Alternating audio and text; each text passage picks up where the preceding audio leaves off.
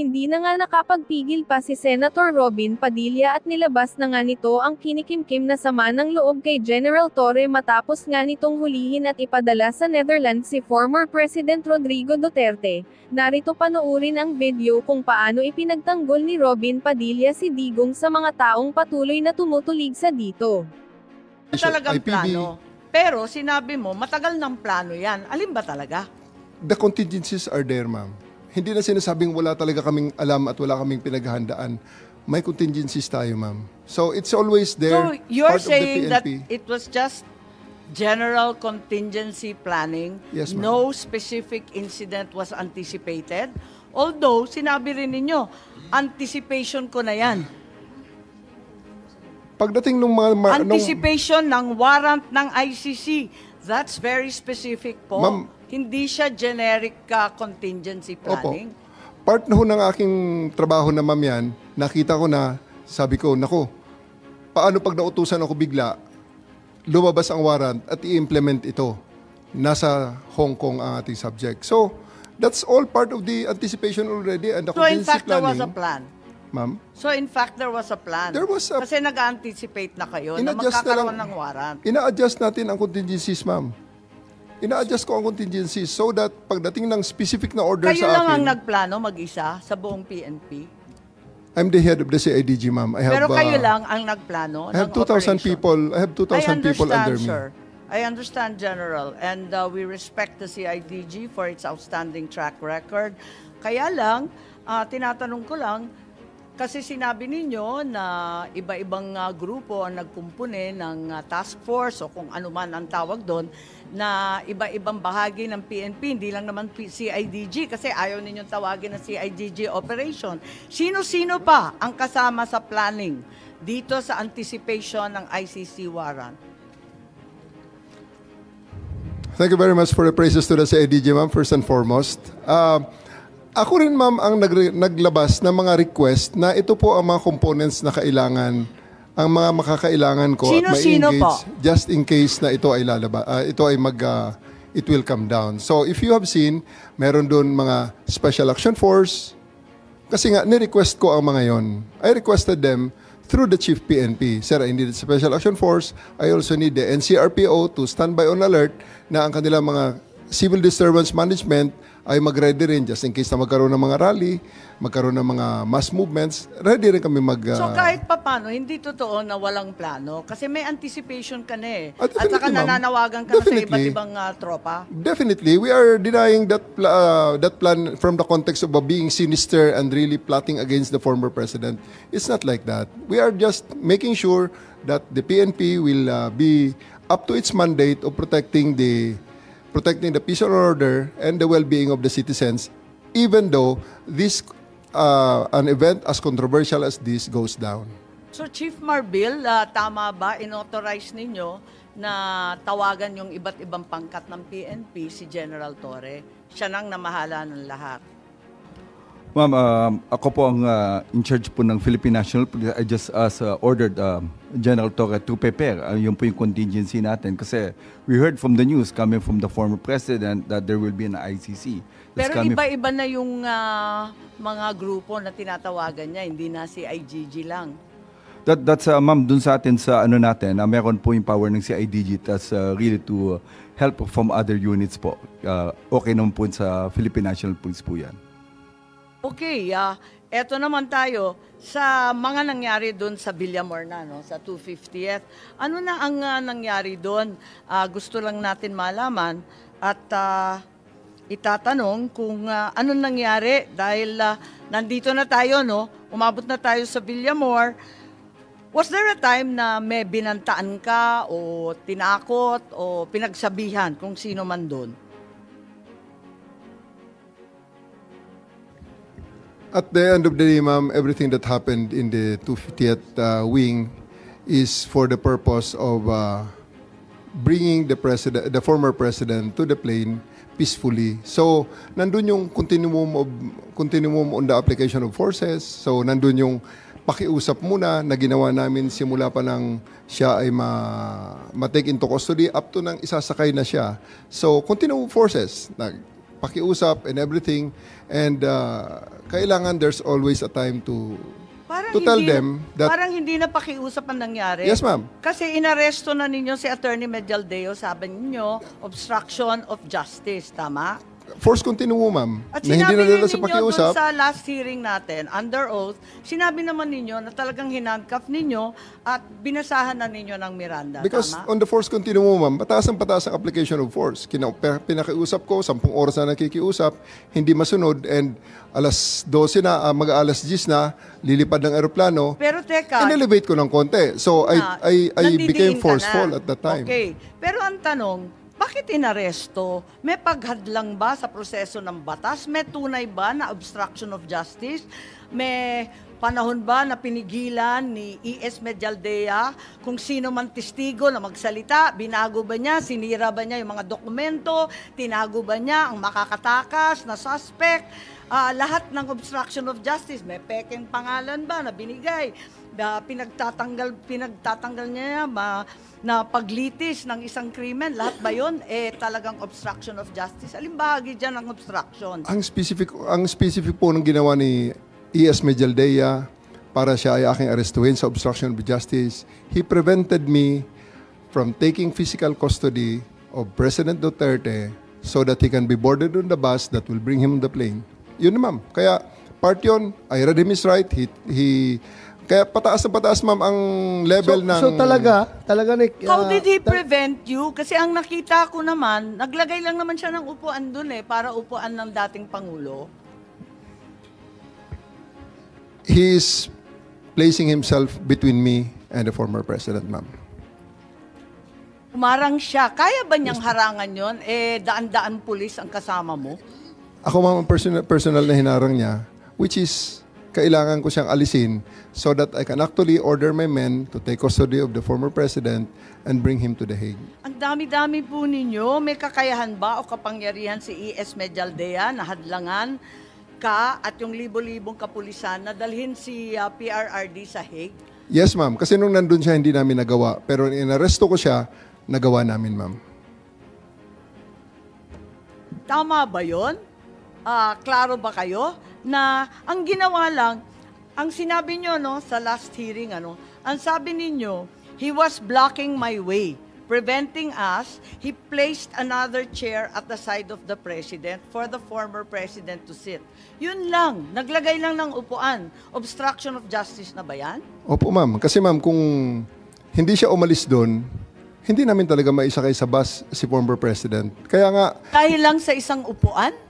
no, ma'am. Pag umupo siya uli, problema na uli yun, ma'am. Paano namin siya mapalakad? Di, bubuhatin namin siya. Libo-libo Which is, I naman really don't kayo. want to do. Yes, ma'am. Apakaklaro naman sa PD 1829. Yung obstruction of justice, iilan lang naman ang patakaran, ilan lang yung pamamagitan para obstruction. Wala namang sinasaad doon na, lalagyan mo ng upuan para maupo yung matanda. Meron bang ganun? Ma'am, basta ang bottom line lang po dito, ma'am, after he was removed from the area, wala pang 5 minutes, ma'am, the former president said, let's go. Kaya siya ay sumakay ng What bus. particular mode? wag mong gawing justification yan na General Torre na porque na-handcuff mo na si A.S. Medialdea, 5 minutes, nadala mo na kaagad si Pangulong Duterte sa aeroplano. Ang tanong dito ngayon, yung pag-handcuff mo ba, ano justification mo? Yun lang naman. Yun naman, bakit? I stand by it, sir. I read him his rights and tell him what law he's violated and I arrested him and told him exactly what is the basis of my arrest for him. And lawyer siya, sumama naman sa akin, sir, ng maayos, si E.S. Medialdea. Actually, hindi ko na nga Sino hindi nailagay ang- sasama doon? Kadami ninyo doon. Kaya nga, Handcuff sir. na ninyo. Ganun lang talaga, sir, siguro. Dahil there's really a need to put an end on everything at that night na kailangan matapos na yung situation. Balik tayo. Ilang beses mo na inulit-ulit. Hulihin si President Duterte at dalhin sa daig. Yun talaga mission mo. Yes, sir. Sino nag-order sa'yo? The Chief of the Philippine National Police, sir. Si Senator Robin nagtsatsaga rito, sabi niya magsasalita din daw siya. Okay lang. Okay.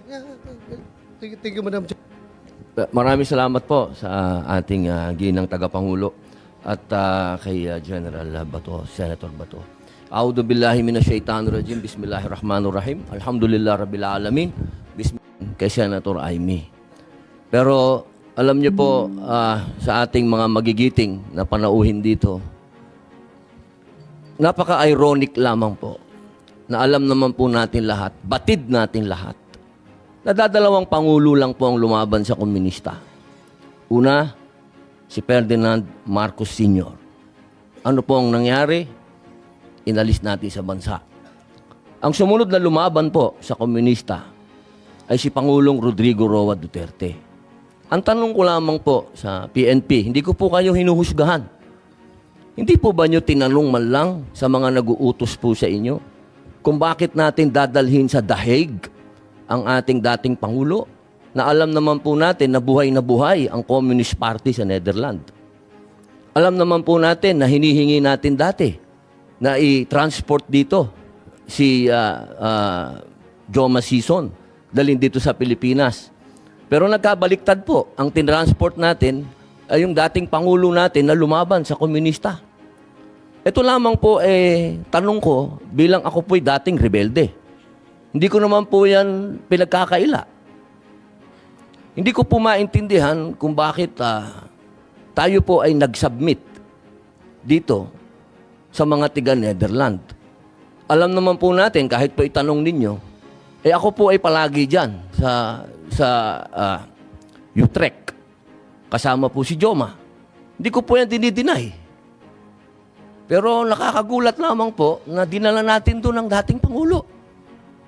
Yun po ba, hindi po ba alam ng PNP na karamihan po sa mga dumadating na pera sa komunista, sa mga terorista, ay galing po sa abroad.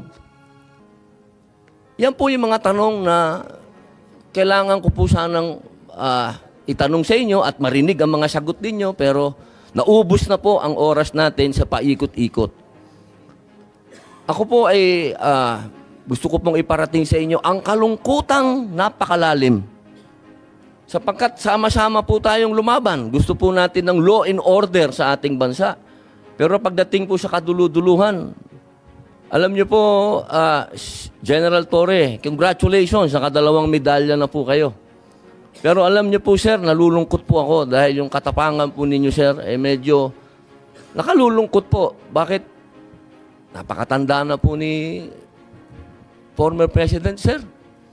Ako naman po, tagahanga ninyo sa pagkamatapang ninyo, sir, pero napakatanda na po ni former President.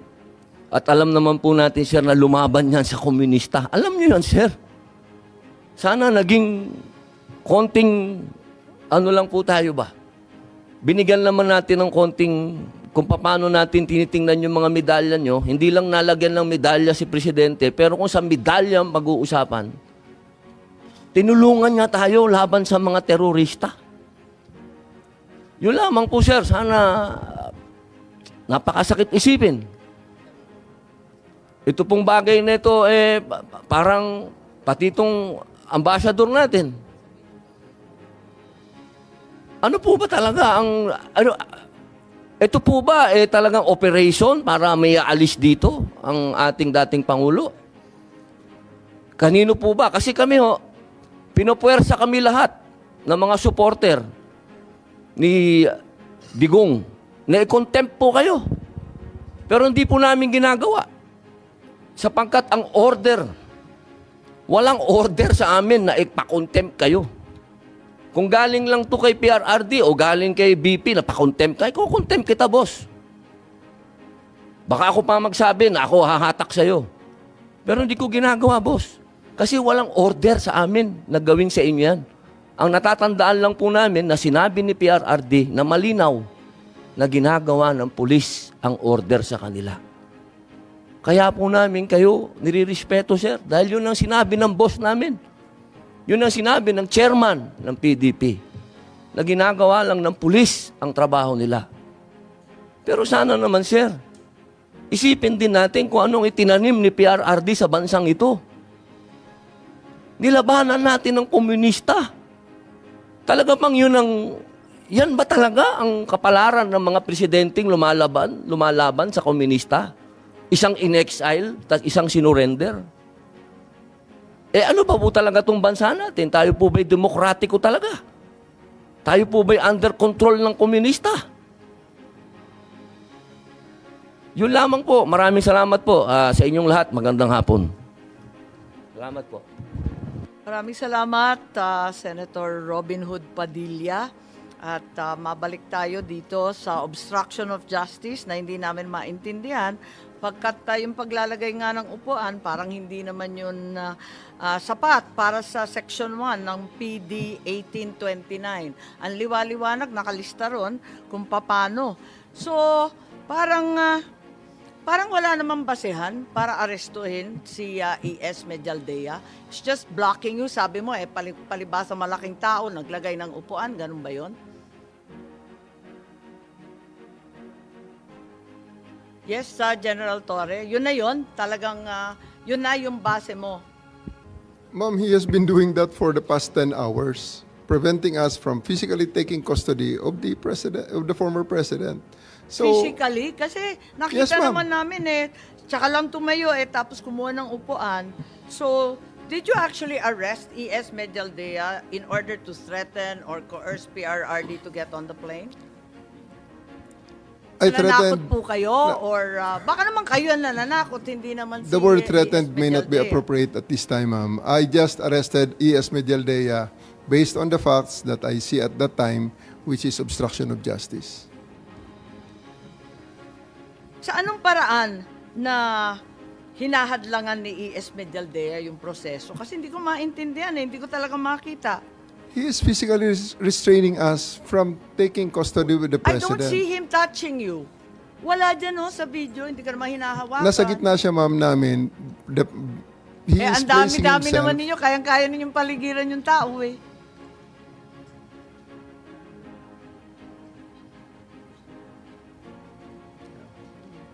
So palagay ko, paikot-ikot tayo dito sa istorya. Ako hindi naniniwala na may obstruction of justice.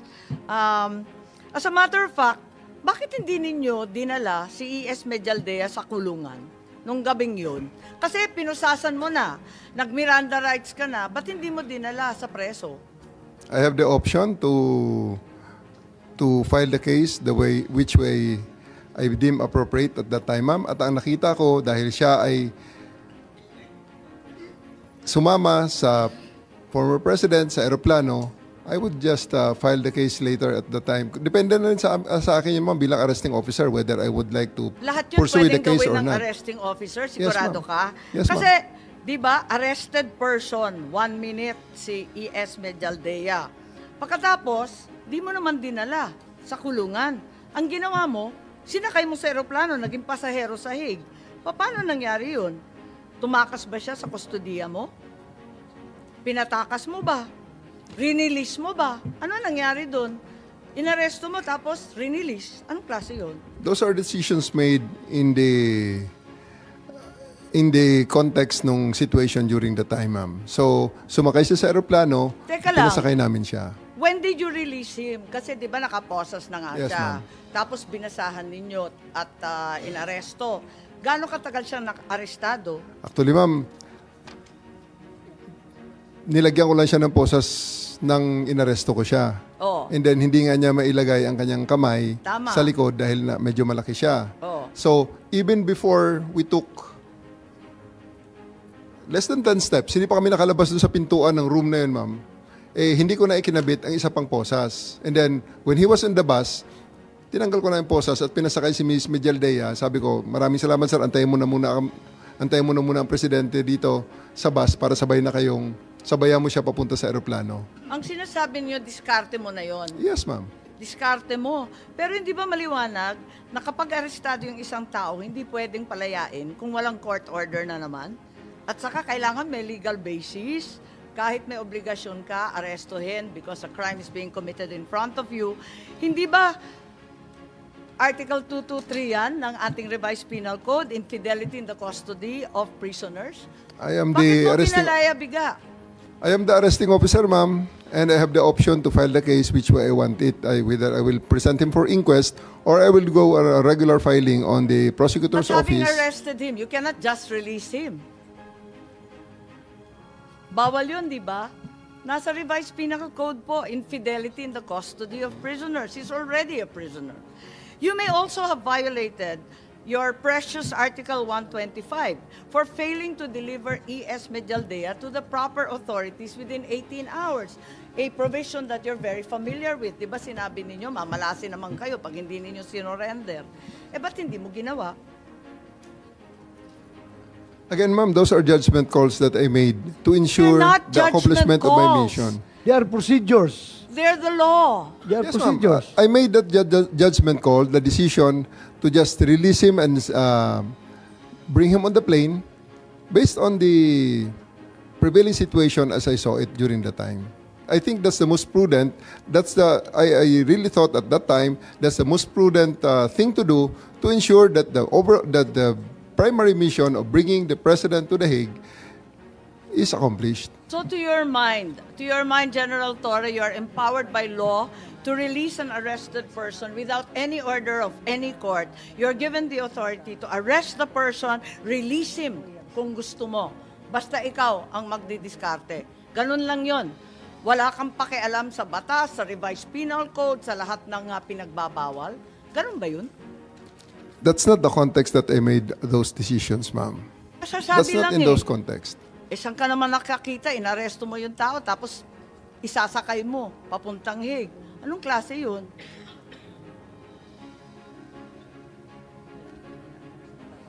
Nandito pa ba si Attorney Delgra? Sa online? I'm here. Andito pa pala si Attorney Delgra. Sige, tatanong ko lang, kasi nakita namin yung video, pakita lang yung video, kung saan kinakaladkad si Attorney Delgra ni General Torre. General Torre, gumamit ka ba ng dahas laban sa sinuman na nandun sa Villamor? Kasi nakita namin nagkakaladkad ka eh. Ah. Kanina pa eh. Hindi naman dapat, ilan ang hinuli ngayong araw na ito, sir? Sa iba-ibang mga krimen. Ilan ang binigyan ng ganitong... Kasi nandito kayo lahat eh. Nag-iisang tao. Ilan ang binigyan ng ganitong tao. Ang daming krimen sa labas. Nandito kayo. Sir, hindi kami humingi ng floor. Just invoke Article 59. Bakit hindi yan magawa-gawa? Pagkatapos noon, March 7, may ICC warrant. So, looking at this series of coincidences, parang may all-of-government approach na dakipin ng dating Pangulo. Ang hindi namin maintindihan, klarong-klaro naman na ito rin ang binasehan ng ICC case. So, gusto lang namin maintindihan kung paano nangyari. Hindi naman nila makukuha yan kundi galing gobyerno. Pwede po akong sumagot, ma'am. Yung binabanggit niyo po, ma'am, na confluence of events na nangyari, mga petsang binanggit po ninyo, wala pong kinalaman doon sa ginagawang investigasyon ngayon ng aming task force sa department. Ibig sabihin, nandyan pa rin yung task force? Nandiyan pa ho yung task force. Hindi pa po natatapos yan dahil Naku, magdahan-dahan ka ba to? dahil sa napakarami pa pong kasong dapat tingnan. Ngayon, ang banggit niyo po, Madam Chair, is that bakit hindi na lang dito gawin yung investigasyon? Iba po yung naging subject ng investigation, kung di po ako nagkakamali, patungkol sa dating Pangulo. While it covers the period 2011 to 2019. Ito pong mga investigasyon na ginagawa ngayon ng task force ay patungkol po doon sa mga biktima, naging biktima ng tinasabing drug war. At itong pong mga tao na to ay ngayon pa lamang lumalabas. Sinasabi po natin, meron pong mga dokumento, andyan dyan yung mga ehensya na pwedeng lapitan. Hindi po ganun kadali. Pero maliwanag yung 2016 to 2019 na sinasabi nyo sa ICC, sako pa rin ang task force ninyo. Sako po siya, pero hindi kaya po nga. siya aktual na kaso na subject noong kaso na kinakaharap ngayon ng ating dating Pangulo. Ang amin pong ginagawa ngayon ay tingnan itong mga But they're kaso. overlapping surely, Prosecutor Fadulion. They may overlap, that's what we're trying to find out. That's what we're trying to find out po, ma'am. But what we're just saying, I think there's no mystery. Nandyan naman sa warrant of arrest ng ICC, nandyan naman sa prosecutor's brief. Maliwanag naman. yes, it would overlap, ma'am. I would agree with you if the subject matter and the persons involved and the victims are the same. But remember, there are so many other cases which are being cited, And these are the ones which are being looked into by the department right now. Kaya kinakausap po yung mga testigo at dapat po sana nating maunawaan na ito po ay pinaglipasan na ng panahon. Ilang taon na po ang nakadaan dito. Hahagilapin po yung mga testigo, ang mga dokumento at mga ebidensya. Kaya nga, nung unang hearing, sinabi talaga ni SOJ Remulla na natuklasan lang nila na magkakaroon ng warrant nung March 11. Pero nakikita natin, buwan-buwan na ito. Nag-umpisa pa nung Mayo, aktibong-aktibo na. At it involved the cooperation of so many government officials. At nandyan yung kung sino-sino, di ba? Andyan na yung DOJ, sumapi na yung House of Representatives, yung Senado, DILG, DOJ, PNP, CHR, DND, AFP, PCTC. Ang dami na umabot na sa cabinet level. At lahat ng galing sa Pilipinas yung ebidensya. Parang mahirap paniwalaan na hindi tumulong ang ating gobyerno sa lahat na ito. Sana ho, alam namin kasi sasabihin namin ito totoo, ma'am. Kasi eksakto, Wala talaga ho kaming alam na nakipag-usap. sapul. Doon sa hiningi ng ICC representative, sapul din yung binigay ng Pilipinas at sakto din yung lumabas sa ICC warrant of arrest at yung prosecutor. Ma'am, yung mga civil society organizations na naglalakad dito, masipag sila. Sasabihin ko sa inyo. Pwede ninyong sabihin o banggitin yung pangalan? Kasi kahit civil society ka, kahit senador ka, hindi mo naman nakukuha yung mga police blotter, yung mga CCTV, yung mga medical records. Imposible mo naman makuha yan. Ayoko hong baka gantihan pa ho sila eh. Kasi marami pa hong salarin na nakalaya pa rin hanggang ngayon at naka-uniforme pa rin ho. Senator Bato, ganun ba kadali makakuha ng bank records? Palagay ko, di ba, covered yan ng bank secrecy? Parang imposible makuha yan. Paano nakuha lahat yan kung hindi tunulungan ng ating pamahalaan? I have no idea, ma'am. Basta Ang PNP ba? marami masipag hong magkapang yung mga Ganon. civil society organizations Chief PNP at saka na General. nagpa-facilitate po ng lahat ng yan. Si Chief PNP po, si General Torre, sinasabi ninyo na makukuha yung forensic evidence, lahat ng testimonial evidence, police blotter, CCTV footage, at kung ano-ano pa, makukuha yan sa presinto. Basta pupunta ka doon, dayuhan ka. Halos hindi ka nga makapagsalita ng wika na naintindihan. Pero madadali mo lahat ng dokumentong yon. Ganun ba kaluwag ang presinto natin? Madam Chair, hindi po. We need a request coming from the court if you need or coming from us requesting us na kailangan po for investigation. So, nag-request po ba kayo? Dahil klaro naman, wala naman na court order. As far as I can remember, wala pong request coming from the ICC na mag-request sa PNP. So, dun sa Station 6, paano nila nakuha lahat yun? Sa Batasan Hills, sa QC. Paano na nadali lahat ng dokumentong yun kung wala namang court order at wala namang kayong utos? Madam Kahit Chair, ano pang sipag ng civil society, hindi nila makukuha yun kasi confidential, di po ba?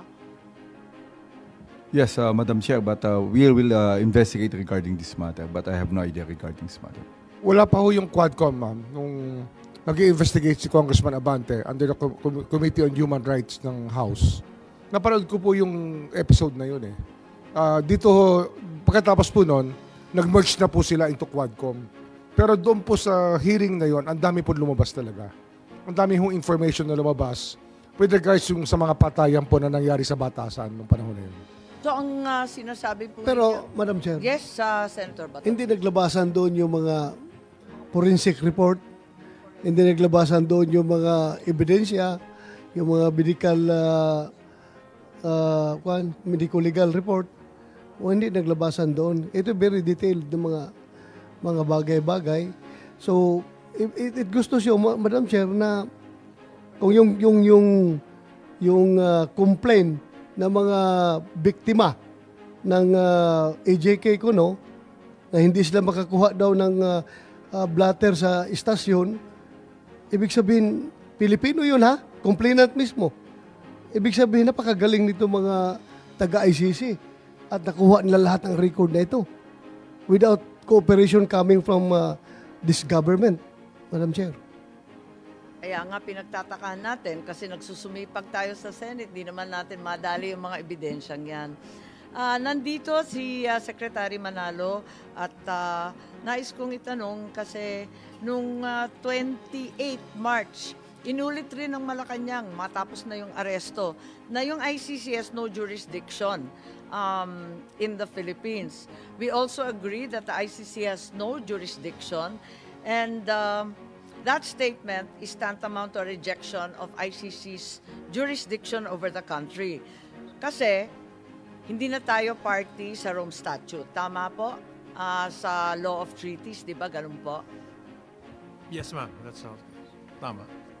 Are you familiar with the executive order of U.S. President Donald Trump, which imposes sanctions on the ICC? It was issued on February 6 of this year and effectively freezes all properties and interest in properties found in the U.S. or held by U.S. persons, practically anyone who helps investigate, arrest, detain, or investigate certain persons. Hindi ba ganun yung executive order, yung tungkol sa sanctions sa ICC? Among the protected persons is a citizen of an ally of the U.S. not consented to the jurisdiction of the ICC or not a state party to the Rome Statute. Ayan. So, ang tanong ko, andito rin, makikita natin, may dokumento na ang Pilipinas is identified as a major non-NATO ally. Tama po ba? Matagal na yan, luma na yan, no?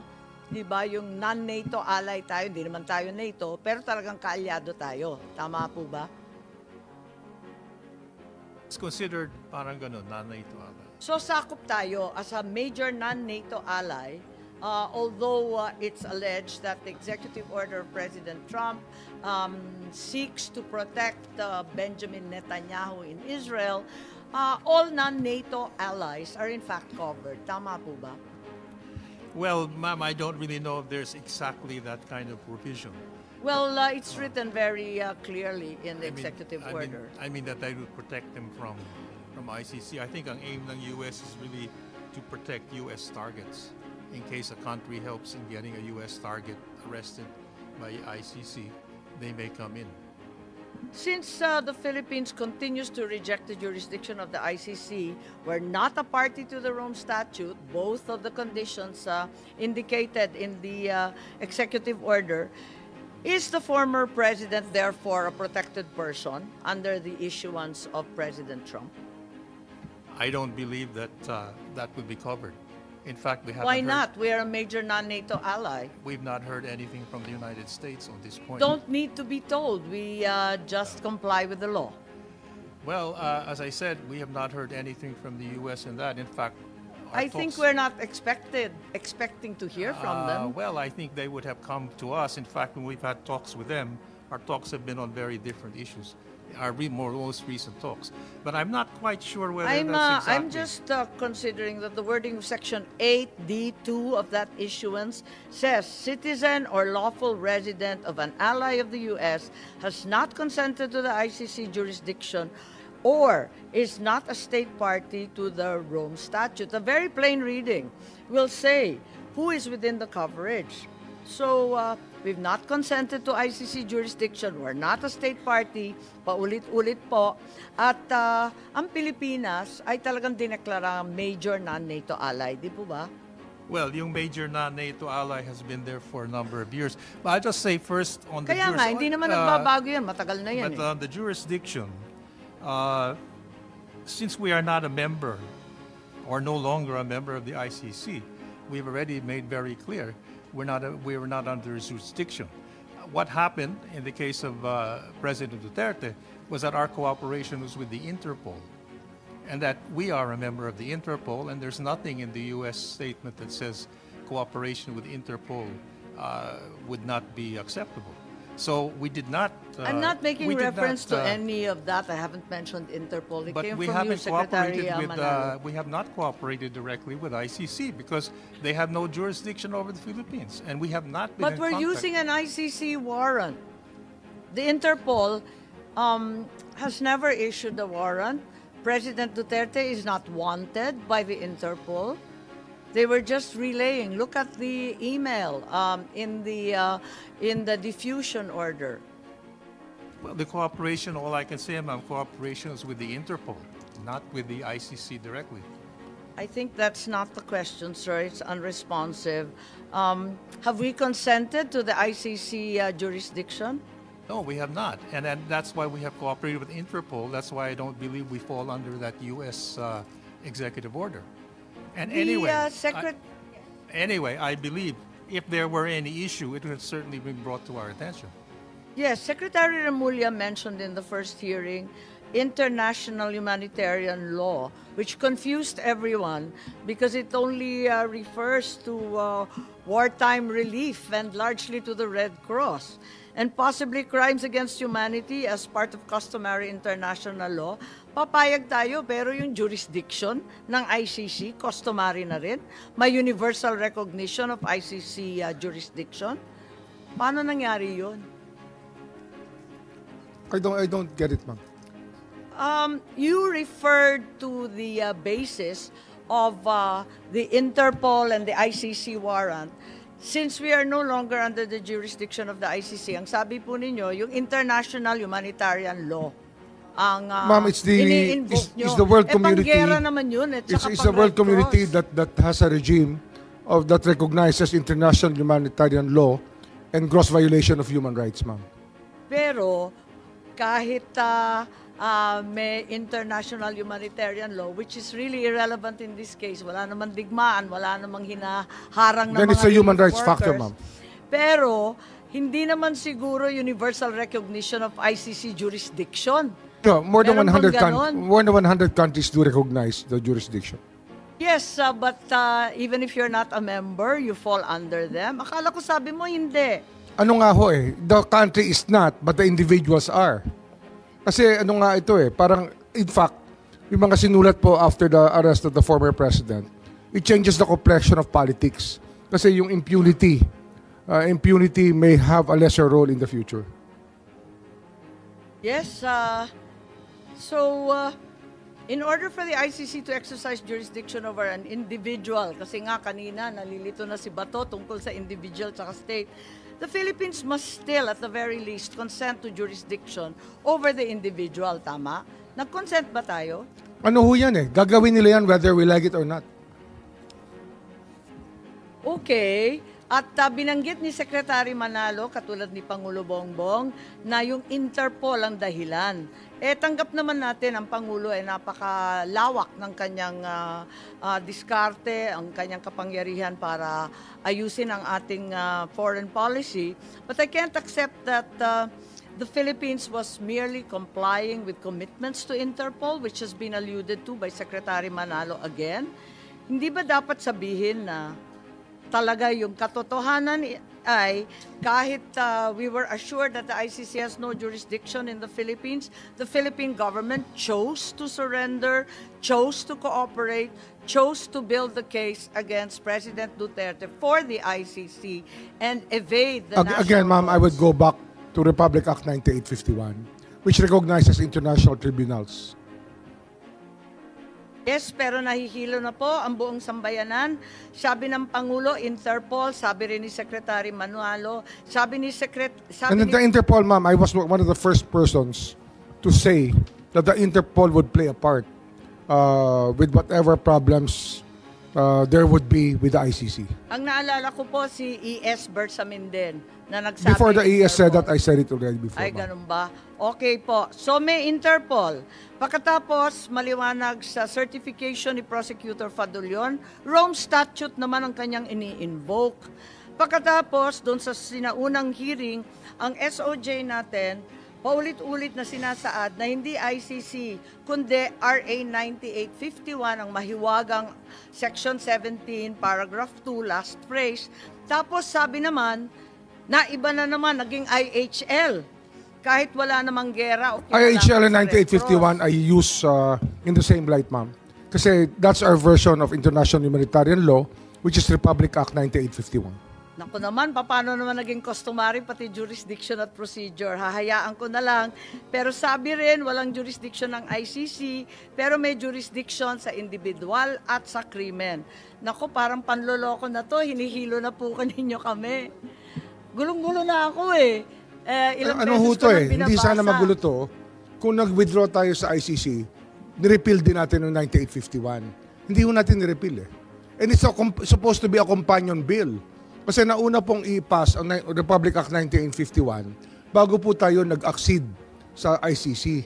Which means talaga yung naging basis po ng ating accession sa ICC ay 9851.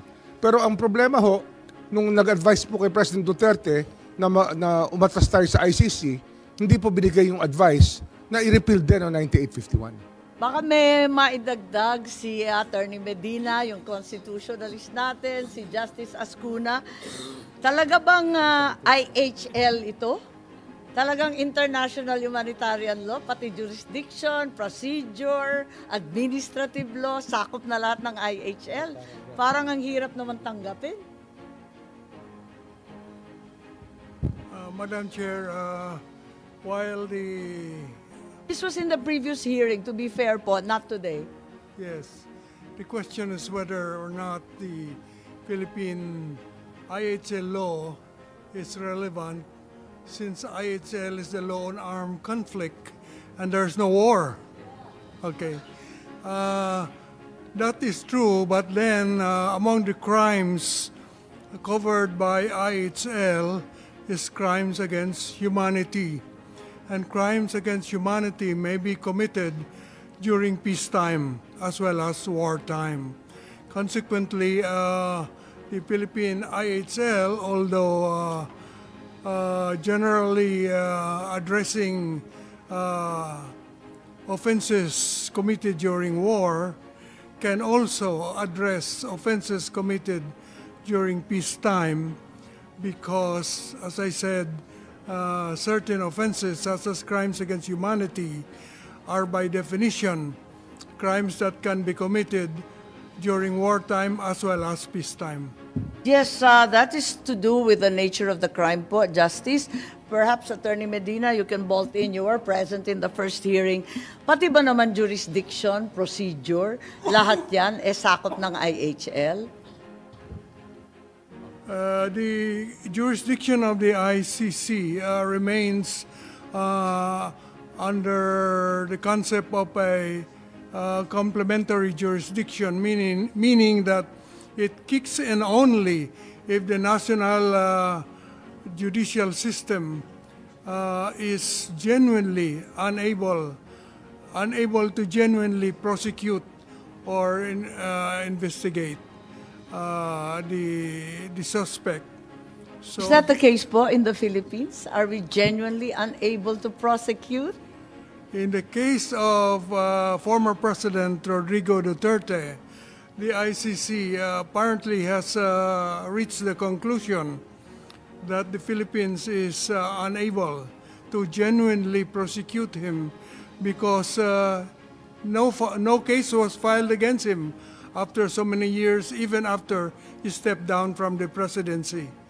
That is the finding of the ICC. So they issued a warrant of arrest on the footing that they have their complementary jurisdiction has set in because the Philippines, as far as the former president is concerned, is unable to genuinely prosecute him. However, if the cases, for example, that would emanate from the Quadcom, the DOJ task force, the Senate Blue Ribbon hearing, the ICC investigations that utilized all the government agencies, if these resulted in a case and they were filed in the Philippines, certainly the Philippine courts are competent, able, willing to rule on this? Don't you think so, Honorable Ascuna po and Attorney Medina? Part of the reason, perhaps, of the inability to genuinely prosecute is the availability of witnesses. In cases of very high-level persons like former heads of state, the experience of the ICC is that the witnesses are generally afraid to testify in their home countries, so that even if the Department of Justice, for instance, is genuinely investigating the cases, the witnesses may not be forthcoming. In fact, the prosecutor of the ICC resorted to what they call internet invitation of witnesses, and in this way the witnesses came out through the internet, and I think the witnesses now are willing to testify in The Hague. Witnesses who would not be willing to testify here in the Philippines. So it's not the prosecution, it's the witnesses that makes it unable genuinely to prosecute the former president. Yes, thank you very much. Justice Attorney Medina, would you like to add something to our understanding of IHL and procedure, jurisdiction, and such other matters? Thank you, Madam Chair. I think I get the point of our good secretary that the crime of crime against humanity is not just an international law crime. It's actually a crime in the Philippines, punishable in the Philippines. And 9851 actually provides Yes, that given the naman person... po yun, Opo, pero oo. pati jurisdiction, pati Opo. procedure, lahat na lang naging customary law. No, that's the problem po. That if we have to comply with international law, we have to also comply with the Philippine laws. Okay, and primarily that would be the Constitution. So international obligations, yes, there's the principle of Pacta Servanda that we have to comply with international obligations, but that does not necessarily mean that we have to disregard constitutional protections under the Bill of Rights. Now, of course, there are a lot of debates going on whether or not the ICC should have jurisdiction or should we recognize the ICC, and that's precisely the point. It's not for the police, it's not for the executive branch to decide that. Ultimately, it should have been decided by a court of law because it involves the deprivation of liberty. Thank you po. Thank you very much, Attorney Medina. You had the privilege of hearing the debate last hearing. In any case, I'd like to go to another topic, and this is finally the private jet. The U.S. government will obviously have the last say on its executive order, although Section 1 is clear that properties of those who aided, sponsored, investigated, or provided material support to the ICC shall have their assets frozen. Maraming picture po nung tail code ng aircraft. Nandito ba yung CAAP, Secretary? Comsec? Wala tayong CAAP. Sorry. Wala tayong CAAP. Wala rin tayong DOTC. Wala po, ma'am. Walang makapagsabi kung ano nga sasakyan na to. Yung tail code C5219.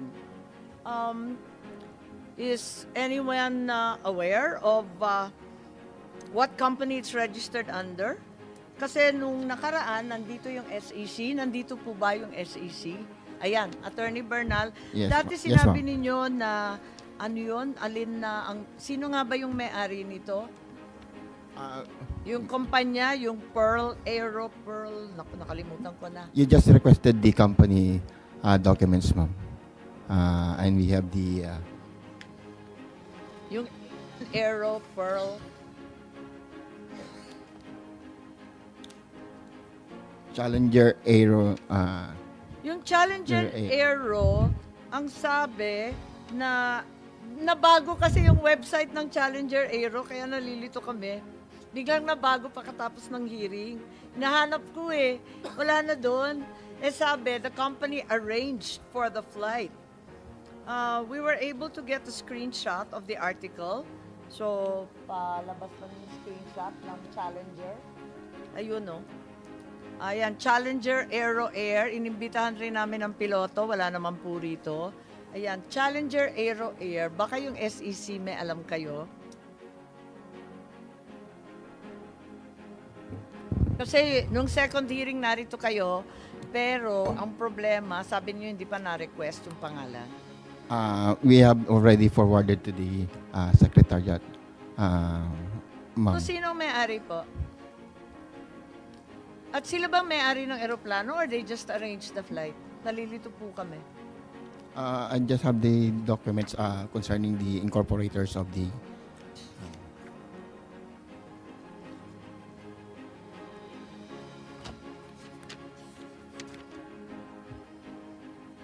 per articles of incorporation, ma'am. Siya bang may-ari? We don't have the facts about the airplane or the assets of the corporation, ma'am. Ano yung Asian Pearl Aero? Yung unang hiningi. Yun daw yung registered owner.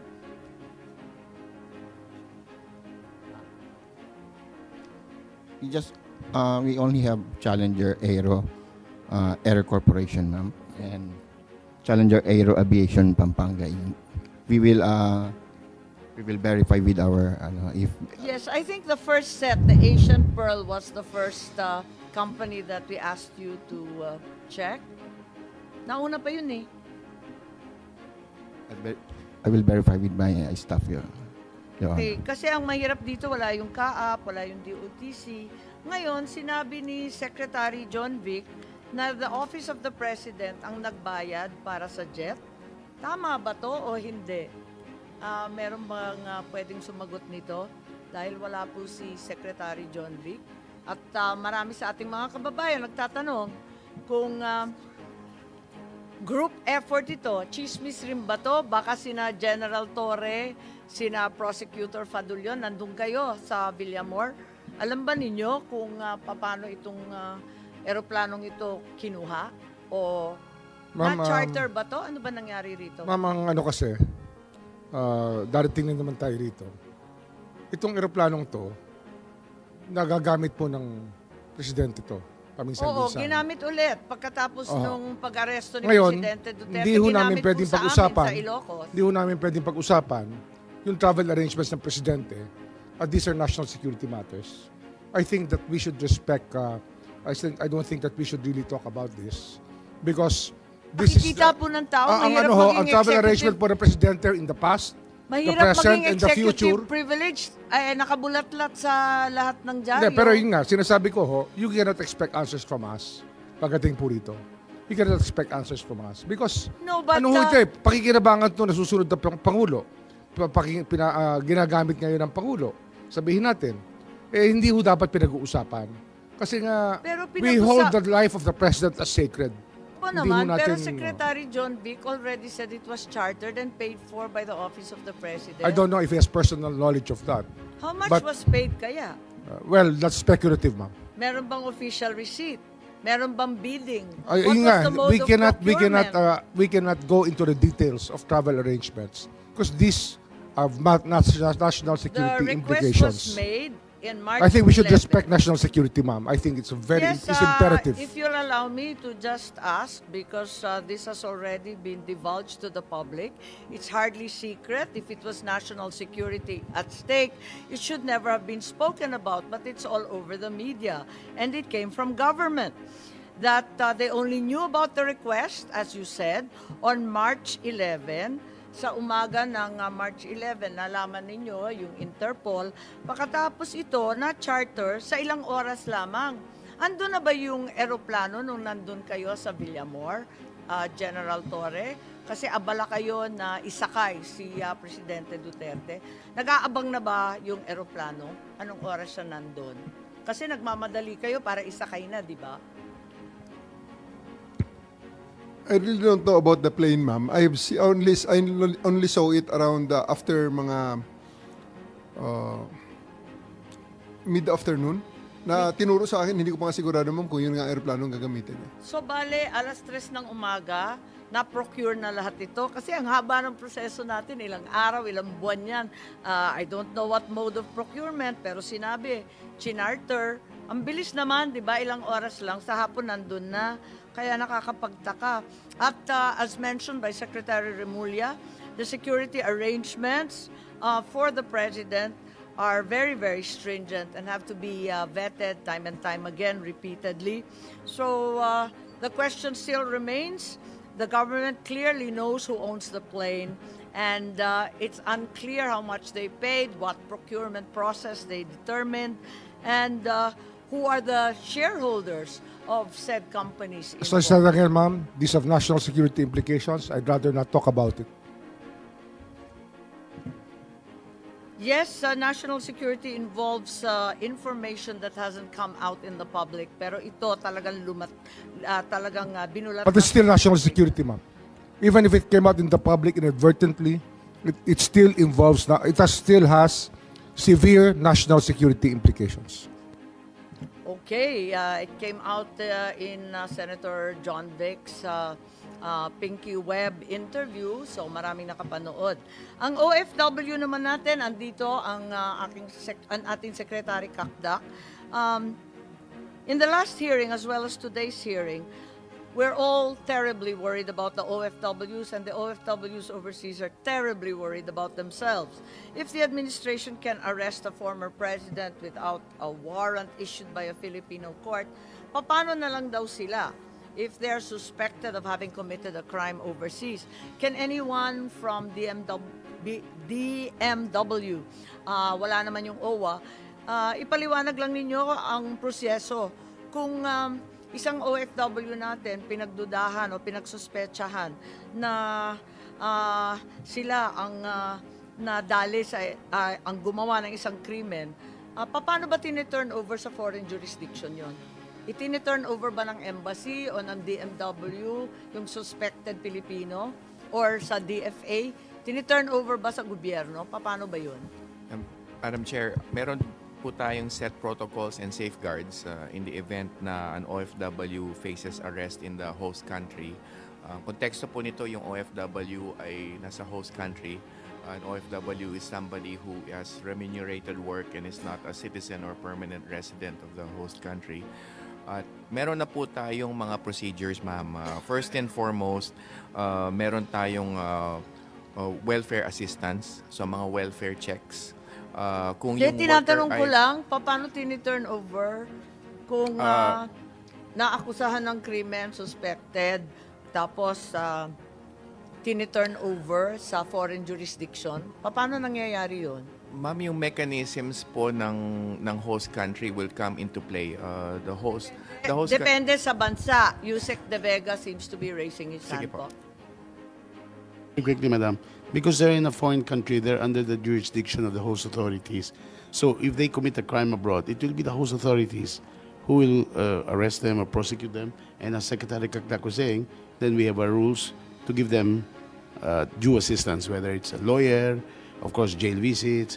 And so it's very regular. It's been So done for tutulungan many pa rin years. natin at bibigyan ng abogado. Opo.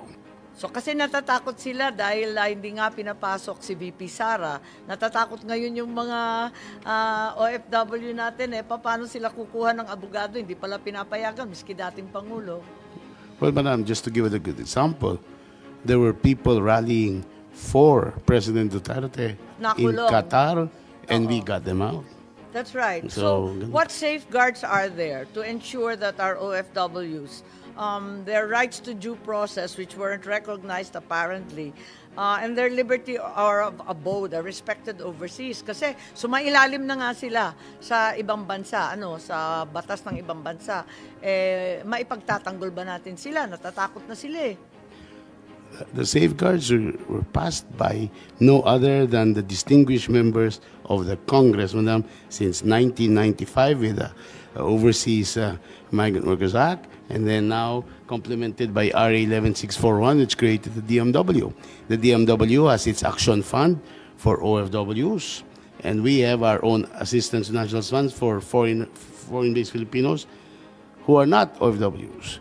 Ilan pa ba ang nakakulong sa ibang bansa? Ma'am, by our count, and our lawyers are handling these cases, around 1,198 by our count, and these are active cases handled by our lawyers. Yes, at pinipilit ko nga ako personally na yung service of sentence gawin reciprocal na dito na lang sa Pilipinas. Pero hindi pa nagagawa yan.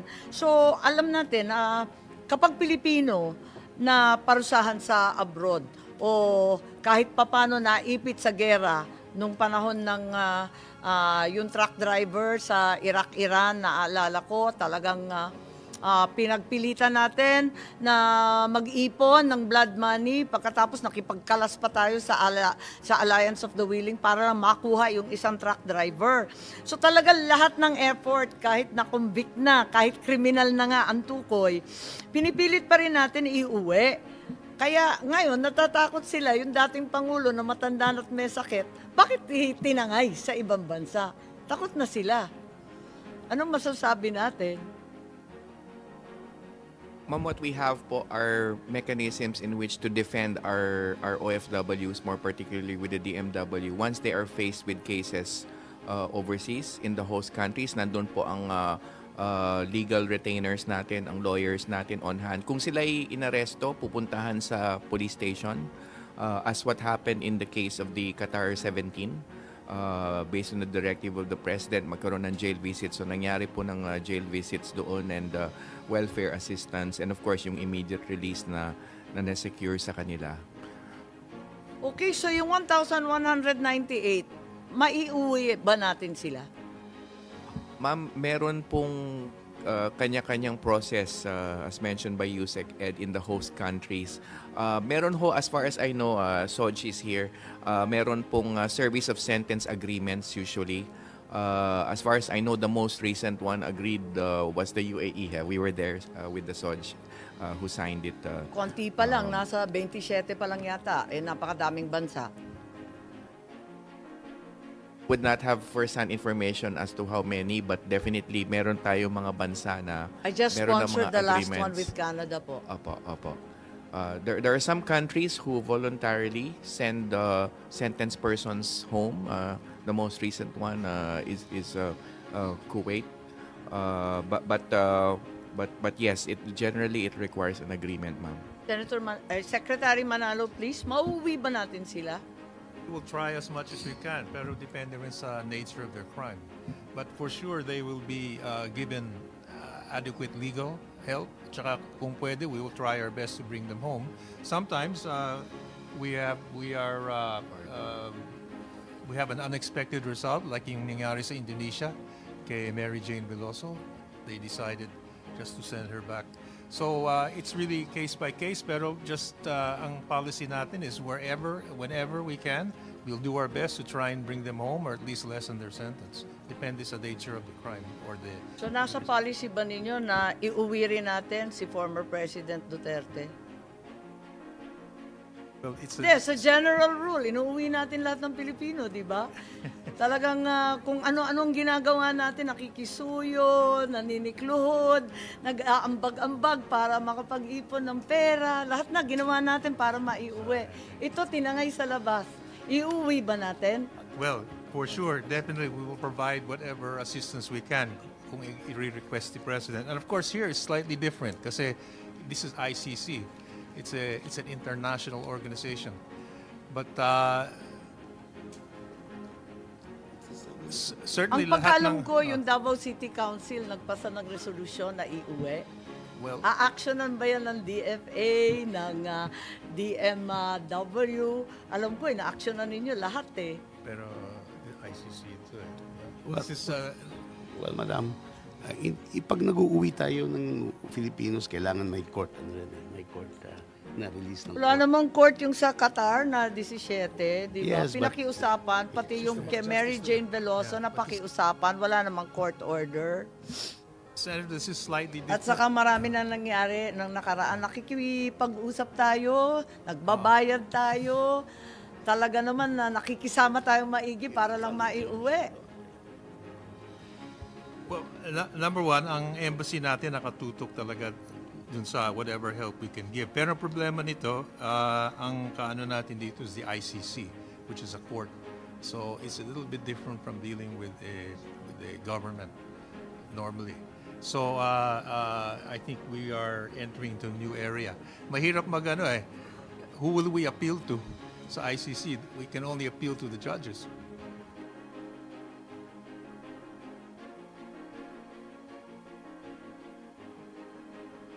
Another problem we also have is hindi na tayo member ng ICC.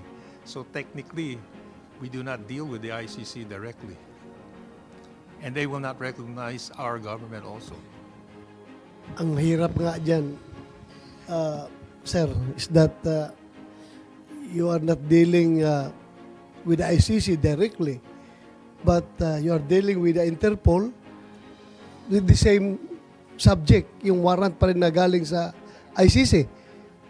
So, Bakit hindi gano'n? ba pwedeng- Yung hindi- warrant kikilalanin, Hindi ba pero pwede- yung pagligtas hindi. Hindi ba pwedeng pabagsabihan ang Interpol na sorry, hindi na namin na-recognize yung jurisdiction ng ICC. So hindi namin yan pwede ma-effect yung warrant ng ICC dito sa aming jurisdiction. We have to stand as a nation. Yung ibang bansa, ganun ang ginagawa eh. Yung ibang bansa, ganun ang ginagawa. Hindi kami membro dyan. Isnab namin yung warrant ng ICC. Pero ginagamit natin na very lame excuse yung ating commitment sa Interpol. Na napakadali lang naman i-explain sa Interpol yan na hindi namin kayang gawin yan. Kasi hindi namin na-recognize yung ICC dito sa aming bansa. Tayo pa nga mismo naghatid doon sa ICC. Kabaligtaran nga eh. In other pag tayo, if we are the requesting party, tayo ang sumusundo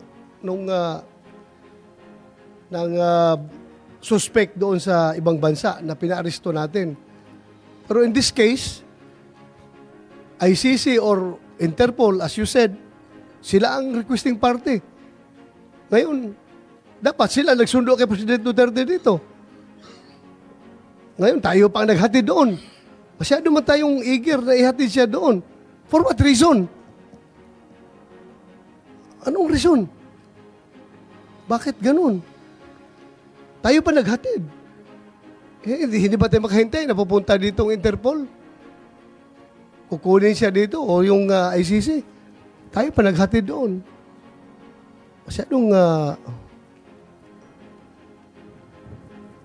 hindi ko ma-gets yung kung tayo Pilipino, bakit natin ipagkanulo yung ating kapwa, isa pang presidente, dating presidente, ipagkanulo natin sa mga dayuhan.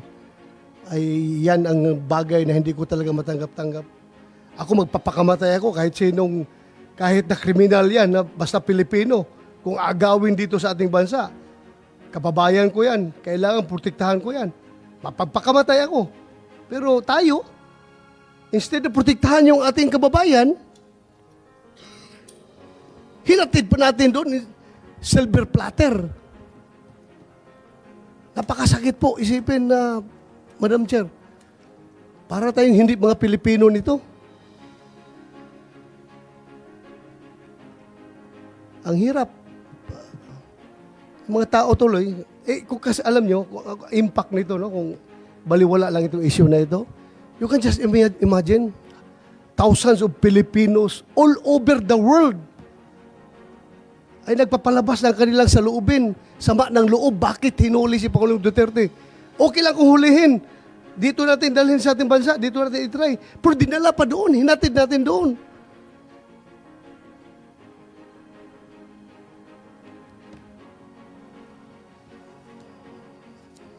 Anyway, there are underlying reasons why this happened. At ako talaga, gusto ko talaga magpaka-Pilipino. Tell me, kung sino diyang Pilipino na gustong kunin ng banyaga at ako mismo magpakabatay para dipisahan ko yung Pilipino niya na hindi galawin ng banyaga. Sana ganun ang pag-iisip ng bawat Pilipino. We have to protect our own. We have to protect our race. Hindi yung ating ipagkanulo doon sa mga banyaga. Thank you, Madam Chair. Maraming salamat. Yan din ang damdamin nating lahat. At nagpapasalamat ako kay Senator Bato sa lahat ng dumayo dito sa ating hearing. Thank you very much for attending. Kahit hindi kayo sumipot nung nakaraang hearing, narito naman kayo ngayon. Siyempre, kulang pa rin ang dumayo. At inaasahan ko na magtutulungan tayo para matuklasan ang katotohanan at hindi na maulit ang paglalabag sa ating saligang batas at sa ating mga iba't ibang batas, pati na rin ang ating mga tratado. Maraming salamat, and with that, this hearing is hereby suspended.